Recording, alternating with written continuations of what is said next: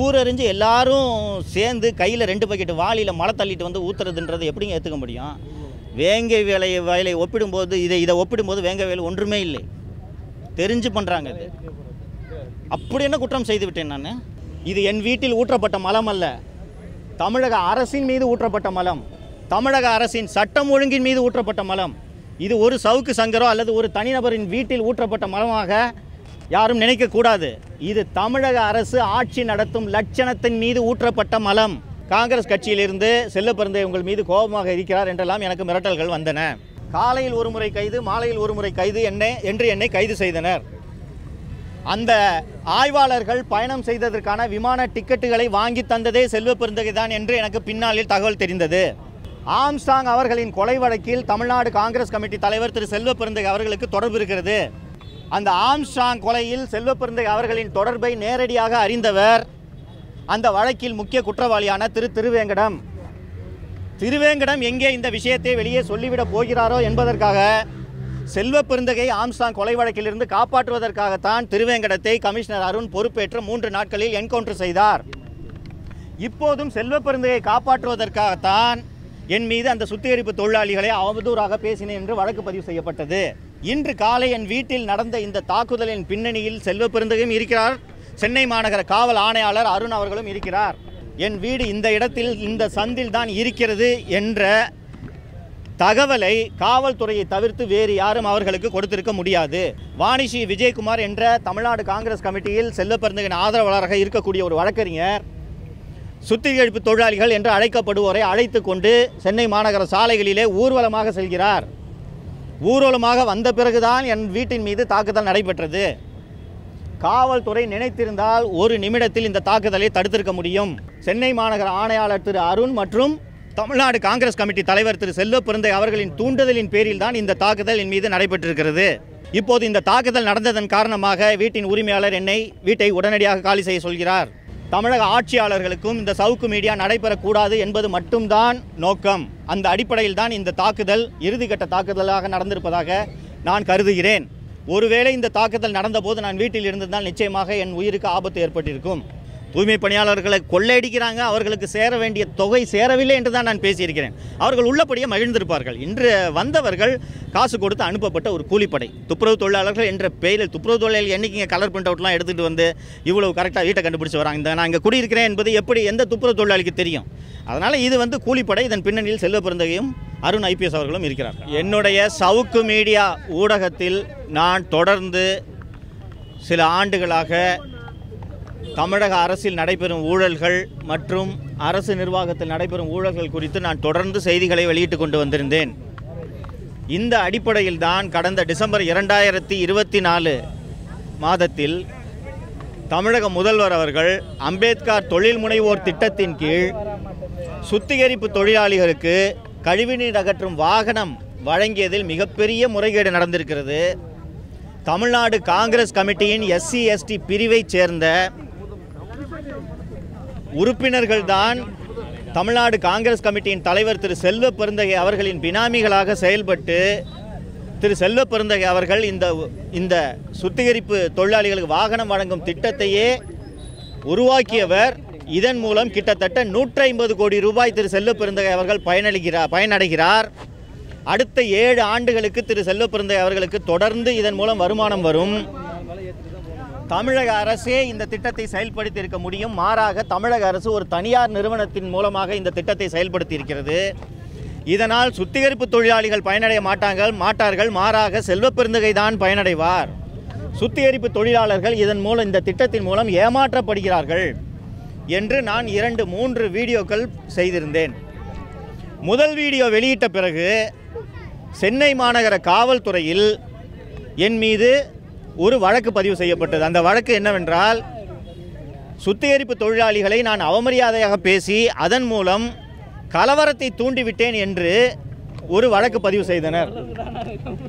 அந்த வழக்கில் என்னை கைது செய்து சென்னை 11வது நீதித்துறை நடுவரின் முன்பு எடுத்து சென்ற போது நீதித்துறை நடுவர் அவர்கள் இந்த வீடியோவில் சுத்திகரிப்பு தொழிலாளிகளை இழிவாக பேசிய ஒரே ஒரு வரியை காட்டுங்கள், இதில் இவர் சுத்திகரிப்பு தொழிலாளியை எந்த வகையிலும் இழிவு செய்யவில்லை, இரு பிரிவினரிடையே வன்முறையை தூண்டவில்லை என்று கோரி அந்த காவல்துறையின் ரிமாண்ட் கோரிக்கையை நிராகரித்தார்.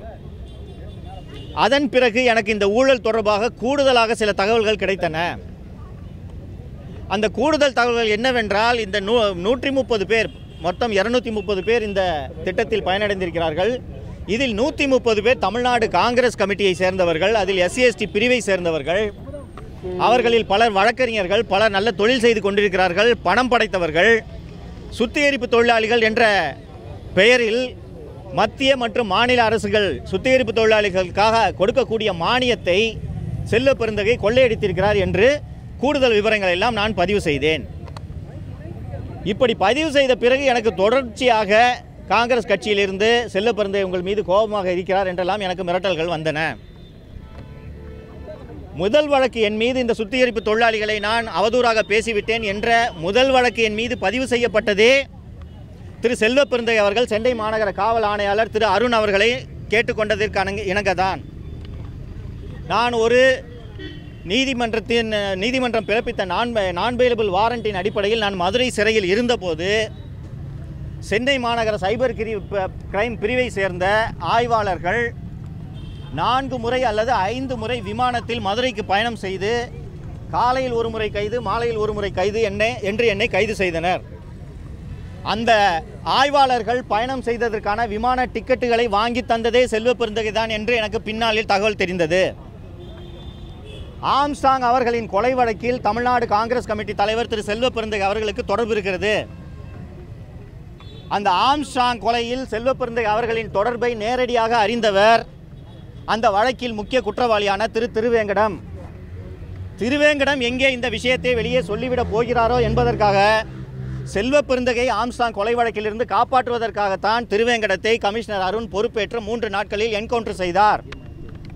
இப்போதும் செல்வ பெருந்தகை காப்பாற்றுவதற்காகத்தான் என் மீது அந்த சுத்திகரிப்பு தொழிலாளிகளை அவதூறாக பேசினேன் என்று வழக்கு பதிவு செய்யப்பட்டது. இன்று காலை என் வீட்டில் நடந்த இந்த தாக்குதலின் பின்னணியில் செல்வ பெருந்தகையும் இருக்கிறார், சென்னை மாநகர காவல் ஆணையாளர் அருண் அவர்களும் இருக்கிறார். என் வீட்டில் நடந்த தாக்குதலுக்கு சென்னை மாநகர காவல் ஆணையாளர் அருண் எப்படி பொறுப்பாக முடியும் என்று நீங்கள் கேட்கலாம். நான் இந்த புதிய வீட்டுக்கு குடி போய் 3 மாதங்கள் தான் ஆகிறது. இந்த வீட்டின் முகவரியை நான் எந்த இடத்திலும் பதிவு செய்யவில்லை. அப்படி இருக்கையில் நன்றாக திட்டமிட்டு என்னுடைய புகைப்படங்களை ஒரு அட்டையாக பதிவு செய்து, அது பதாகைகளாக வண்ணத்தில் பதாகைகளாக தயார் செய்து 2 பஸ்களில் சுத்திகரிப்பு தொழிலாளிகளை அழைத்து வந்து என் வீடு இந்த இடத்தில் இந்த சந்தில் தான் இருக்கிறது என்ற தகவலை காவல்துறையை தவிர்த்து வேறு யாரும் அவர்களுக்கு கொடுத்திருக்க முடியாது. மேலும் என் வீட்டில் இன்று காலை 10 மணிக்கு தாக்குதல் நடப்பதற்கு முன்பாக வாணிஸ்ரீ விஜயகுமார் என்ற தமிழ்நாடு காங்கிரஸ் கமிட்டியில் செல்வ பெருந்தகையின் ஆதரவாளராக இருக்கக்கூடிய ஒரு வழக்கறிஞர் சுத்திகரிப்பு தொழிலாளிகள் என்று அழைக்கப்படுவோரை அழைத்து கொண்டு சென்னை மாநகர சாலைகளிலே ஊர்வலமாக செல்கிறார். ஊர்வலமாக வந்த பிறகுதான் என் வீட்டின் மீது தாக்குதல் நடைபெற்றது. காவல்துறை நினைத்திருந்தால் ஒரு நிமிடத்தில் இந்த தாக்குதலை தடுத்திருக்க முடியும். சென்னை மாநகர காவல்துறைக்கென்று ஒரு தனியாக உளவு பிரிவு இருக்கிறது. அந்த உளவு பிரிவின் வேலை இது போன்ற குற்றங்கள் நடைபெறாமல் முன்கூட்டியே தடுப்பதுதான். ஒரு வழக்கறிஞர் கிட்டத்தட்ட ஒரு 50 சுத்திகரிப்பு தொழிலாளிகளை ஃப்ளோரசன்ட் கலர் போட்ட யூனிஃபார்ம் போட்டுக்கிட்டு சென்னை வீதிகளில் ஊர்வலமாக அழைத்து வந்து வீட்டில் தாக்குதல் நடத்துகிறார்னா இது கூட தெரியாத உளவுத்துறை என்ன உளவுத்துறை என்பது எனக்கு தெரியவில்லை. இந்த காரணங்களின் அடிப்படையில் தான் சென்னை மாநகர ஆணையாளர் திரு அருண் மற்றும் தமிழ்நாடு காங்கிரஸ் கமிட்டி தலைவர் திரு செல்வ பெருந்தகை அவர்களின் தூண்டுதலின் பேரில் தான் இந்த தாக்குதல் என் மீது நடைபெற்றிருக்கிறது. மதுரவாயலில் நான் குடியிருந்த வீடு கடந்த மே மாதம் காவல்துறையால் சீல் வைக்கப்பட்டு குடியிருக்க வீடு இல்லாமல் நான் சில மாதங்கள் ஹோட்டலில் தங்கியிருந்தேன். இப்போது 3 மாதங்களாகத்தான் கீழ்ப்பாக்கத்தில் இப்போது வாடகை வீட்டில் குடியிருந்து வருகிறேன். இப்போது இந்த தாக்குதல் நடந்ததன் காரணமாக வீட்டின் உரிமையாளர் என்னை வீட்டை உடனடியாக காலி செய்ய சொல்கிறார். தீநகரில் நான் நடத்தி வரும் சவுக்கு மீடியா அலுவலகத்தின் உரிமையாளர் மிரட்டப்பட்டு சென்னை காவல்துறையால் மிரட்டப்பட்டு அந்த அலுவலகத்தை உடனடியாக காலி செய்ய சொல்கிறார்கள். காவல்துறைக்கும் தமிழக ஆட்சியாளர்களுக்கும் இந்த சவுக்கு மீடியா நடைபெறக்கூடாது என்பது மட்டும்தான் நோக்கம். அந்த அடிப்படையில் தான் இந்த தாக்குதல் இறுதிக்கட்ட தாக்குதலாக நடந்திருப்பதாக நான் கருதுகிறேன். காலையில் 10 மணிக்கு நான் வாகனத்தில் எனது அலுவலகத்திற்கு சென்ற போது இப்போது இங்கே இந்த வீட்டில் தாக்குதல் நடத்திய கும்பல் பின்னால் துரத்தி வந்து என் வாகனத்தின் மீது கல்விட்டு எறிந்தார்கள். ஒருவேளை இந்த தாக்குதல் நடந்தபோது நான் வீட்டில் இருந்திருந்தால் நிச்சயமாக என் உயிருக்கு ஆபத்து ஏற்பட்டிருக்கும். இதன் காரணமாக இப்போது இதுவரை 4 ஆண்டுகளாக என் மீது பொய் வழக்கு போட்டு என்னை நீதிமன்றத்திற்கு அலைக்கழித்து என்னை முடக்க நினைத்தார்கள். அவர்களால் அது முடியவில்லை என்றதும் இன்று என் வீட்டின் மீதும் என் மீதும் கொலைவெறி தாக்குதல் நடத்தும் அளவிற்கு துணிந்து விட்டார்கள். சார், இன்னைக்கு என்ன புகார் கொடுத்துருக்கீங்க? அந்த புகார் என்ன சொல்லியிருக்கீங்க? யார் மேலே நடவடிக்கை எடுக்கணும்னு சொல்லியிருக்கீங்க?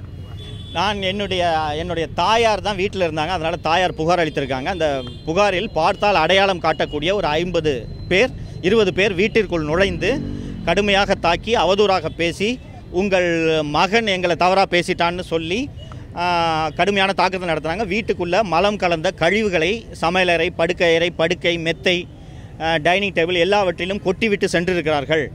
அண்ட் அவங்க பேசி கொண்டதை வைத்து வாணி ஸ்ரீ விஜயகுமார் என்ற வழக்கறிஞரின் தூண்டுதலில் தான் அவர்கள் வந்திருக்கிறார்கள் எனக்கு தெரிய வந்தது என்று இந்த புகாரில் தெரிவிச்சிருக்காங்க.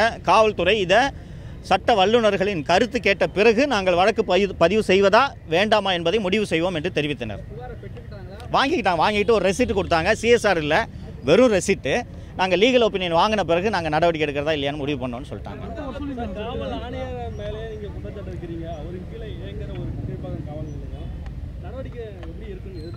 நான் தமிழ்நாட்டில் குடியிருக்கிறேன். எனக்கு பொறுப்பான காவல்துறை தமிழக காவல்துறை. தமிழ்நாடு காவல்துறை, அதுவும் குறிப்பாக சென்னை மாநகர காவல்துறை நடவடிக்கை எடுக்காது என்று தெரிந்தாலும் நான் தெலுங்கானா காவல்துறையிடம் புகார் அளிக்க முடியாது. இங்கே நான் ஜூரிஸ்டிக்ஷன் போலீஸ் ஸ்டேஷன்றதுனால கீழ்ப்பாக்கில் கொடுத்துருக்கிறேன். ஒருவேளை அவர்கள் நடவடிக்கை எடுக்கவில்லை என்றால் நீதிமன்றத்தை தான் அணுக வேண்டும். வேறு என்ன வழி? இல்லை, எனக்கு தூய்மை பணியாளர்களா என்பதே எனக்கு சந்தேகமாக இருக்கிறது. இன்னும் தூய்மை பணியாளர்களாக இருந்தால் என்னுடைய வீடியோவை பார்த்துவிட்டு அவர்கள் மகிழ்ந்திருப்பார்கள். தூய்மை பணியாளர்களை கொள்ளையடிக்கிறாங்க, அவர்களுக்கு சேர வேண்டிய தொகை சேரவில்லை என்று தான் நான் பேசியிருக்கிறேன். அவர்கள் உள்ளபடியே மகிழ்ந்திருப்பார்கள். இன்று வந்தவர்கள் காசு கொடுத்து அனுப்பப்பட்ட ஒரு கூலிப்படை துப்புரவு தொழிலாளர்கள் என்ற பெயரில். துப்புரவு தொழிலாளர்கள் என்றைக்கு இங்கே கலர் பிரிண்ட் அவுட்லாம் எடுத்துகிட்டு வந்து இவ்வளவு கரெக்டாக வீட்டை கண்டுபிடிச்சி வராங்க. நான் இங்கே குடியிருக்கிறேன் என்பது எப்படி எந்த துப்புரவு தொழிலாளிக்கு தெரியும்? அதனால் இது கூலிப்படை. இதன் பின்னணியில் செல்வ பிறந்தகையும் அருண் IPS அவர்களும் இருக்கிறார்கள்.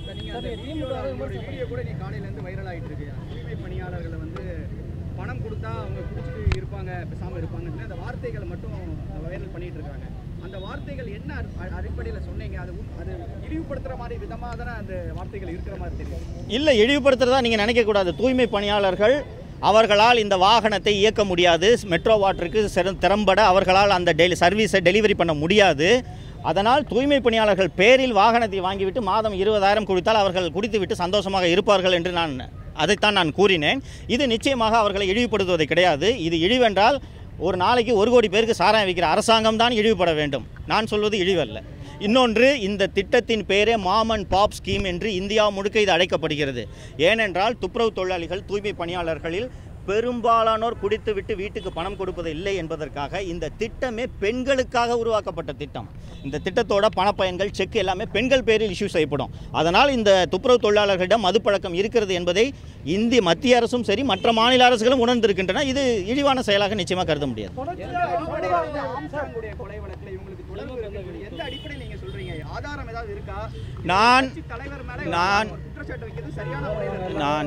நான் 2வது முறை கைது செய்த போது மதுரை சிறையில் முதலில் வைத்துவிட்டு என்னை புழல் சிறையில், புழல் 1 சிறையில், தண்டனை சிறையாளிகள் இருக்கக்கூடிய சிறையில் என்னை வைத்தனர். நான் இருந்த அதே செக்யூரிட்டி பிளாக்கில் தான் ஆம்ஸ்ட்ராங் வழக்கில் கைது செய்யப்பட்ட 20க்கும் மேற்பட்டோர் அந்த சிறையில் தான் இருந்தனர். அந்த ஆம்ஸ்ட்ராங் கொலை வழக்கில் கைது செய்யப்பட்டவர்கள் என்னிடம் சொல்ல தகவலை வைத்து தான் நான் இதை சொல்கிறேன். அண்ட் இந்த வழக்கில் கைது செய்யப்பட்ட அஞ்சலை என்பவரின் மருமகன் இப்போது செல்வ பெருந்தகை உடன் இருக்கிறார். அவரோட பெயர் எனக்கு நினைவில், நான் சொல்கிறேன். நான் இப்போ இந்த கொலை சம்பந்தமாக மீண்டும் உங்களை விசாரிக்காங்க. இந்த சம்பந்தம் இருக்குது நீங்கள் சொல்கிறீங்களா? யார் உங்ககிட்ட சொன்னாங்க அப்படின்னு சொல்லி போலீஸ் உங்களை சம்மன் கொடுத்து விசாரிச்சு அதுக்கு ஒத்துழைப்பு கொடுத்தாங்க. ஃபஸ்ட்டு நிச்சயமாக விசாரணைக்கெலாம் ஒத்துழைப்பு கொடுப்பேன். ஃபஸ்ட்டு இதில் உடனடியாக அவர்களால் விசாரணை நடத்த முடியாது. என்ன காரணம் என்றால், இந்த வழக்கில் விசாரணை முடிந்து குற்றப்பத்திரிகை தாக்கல் செய்யப்பட்டு விட்டது. காவல்துறை உள்ளபடியே விசாரணை செய்ய வேண்டும் என்று நினைத்தார்கள் என்றால் நீதிமன்றத்தில் ஃபர்தர் இன்வெஸ்டிகேஷனுக்கு பெட்டிஷன் ஃபைல் பண்ணும். அப்படி ஃபைல் செய்தால் நான் என்னிடம் இருக்கக்கூடிய தகவல்களை அவர்களிடம் தருவதற்கு தயாராக இருக்கிறேன். ஆனால் அந்த விசாரணையை சென்னை மாநகர காவல்துறை நடத்தக்கூடாது. அவர் திருவேங்கடம் அவர்களுக்கு இந்த செல்வ பெருந்தை அவர்களோட ரோல் தெரியுன்றதுனால தான் தூக்கிட்டு போய் அவரை என்கவுண்டர் பண்ணாங்க.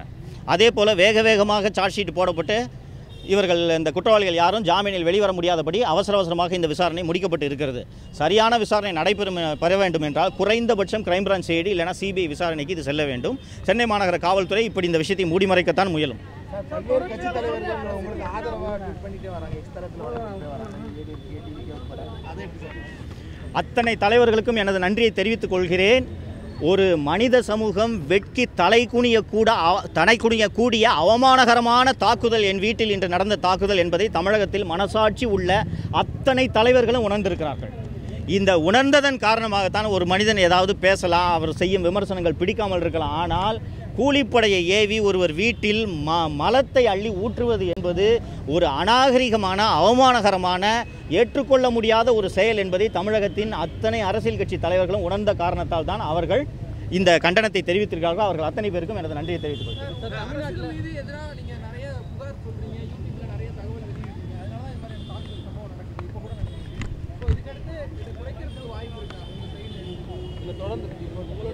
என்னுடைய எதிர்கால நடவடிக்கைகள் குறித்த அறிவிப்பு விரைவில் வெளியில் வரும். இன்னும் நாளைக்குள்ளே தெரிஞ்சுவிடும். நான் சொல்கிறேன்.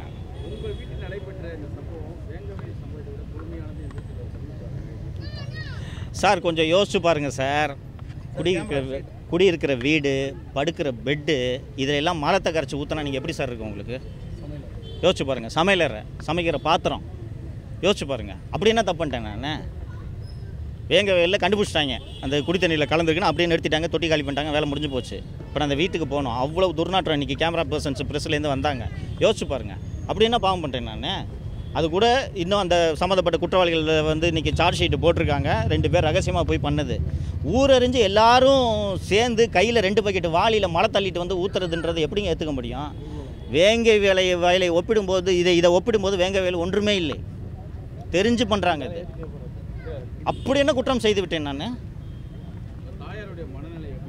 ரொம்ப வருத்தப்பட்டாங்க. என்னோடய தாயாருக்கே இன்றைக்கி காலையில் உயிருக்கே ஆபத்து ஏற்பட்டிருக்கும். அந்த பின்புறம் இருந்த கதவை அடித்தவர்கள் உடைக்கும் போது அம்மா பக்கத்தில் நின்றுதாங்கன்னா அவங்க உயிர் போயிருக்கோம். இன்றைக்கி ரொம்ப அச்சமூட்டும் நிலையில் இருக்கிறாங்க. பயந்தானங்க இருக்கும். யோசிச்சு பாருங்கள். வீட்டில் தனியாக வேறு இருக்காங்க. ஒரு 50 பேர் வந்து கதவை தட்டி உடைக்கிறாங்க. உள்ளே வந்து 10 பேர் அந்த வீடியோ அவங்களே இல்லை, அதை வந்து ஃபேஸ்புக்கில் லைவ் எடுத்து போடுறாங்க, அம்மாவை மிரட்டுறத.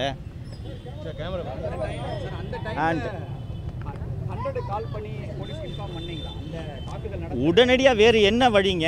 நான் வந்து அம்மாவுக்கு ஃபோன் பண்ணி ஃபஸ்ட்டு எனக்கு எங்கள் வண்டியில் கல்லை விட்டு எரிஞ்ச உடனே எனக்கு தெரிஞ்சு போச்சு இது நம்மளை நோக்கி தான் வருது அப்படின்ட்டு.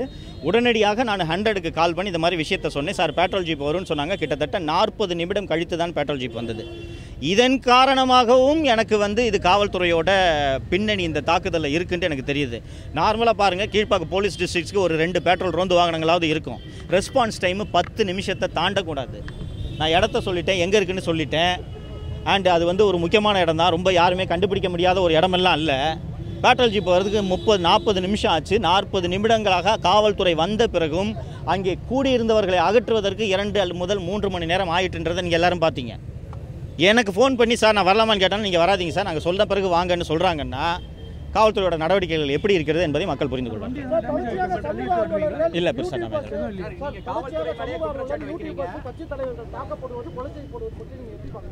நான் 4 ஆண்டு காலமாக இந்த ஆட்சி எப்படி நடந்து கொண்டிருக்கிறது என்று சொன்னேனோ, என் வீட்டில் நடைபெற்ற இந்த தாக்குதல் சம்பவம் நான் சொன்ன குற்றச்சாட்டுகள் அத்தனையும் உண்மை என்பதை நிரூபித்திருக்கிறது. தமிழக முதல்வர் அவர்கள் தயவு செய்து யோசித்து பார்க்க வேண்டும். 1000 விமர்சனங்கள் அவரது அரசின் மீது வருகின்றன. ஒரு விமர்சனம் வருகிறது என்பதற்காக ஒருவர் வீட்டின் மீது இப்படி அவமானகரமான அருவருக்கத்தக்க தாக்குதல் நடைபெறுகிறது என்றால் எத்தகைய ஆட்சியை அவர் நடத்தி கொண்டிருக்கிறார் என்பதை தமிழக முதல்வர் அவர்கள் புரிந்து கொள்ள வேண்டும்.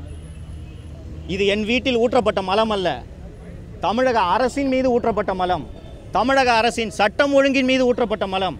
இது ஒரு சவுக்கு சங்கரோ அல்லது ஒரு தனிநபரின் வீட்டில் ஊற்றப்பட்ட மலமாக யாரும் நினைக்கக்கூடாது. இது தமிழக அரசு ஆட்சி நடத்தும் லட்சணத்தின் மீது ஊற்றப்பட்ட மலம். சரிங்க, தேங்க்யூங்க.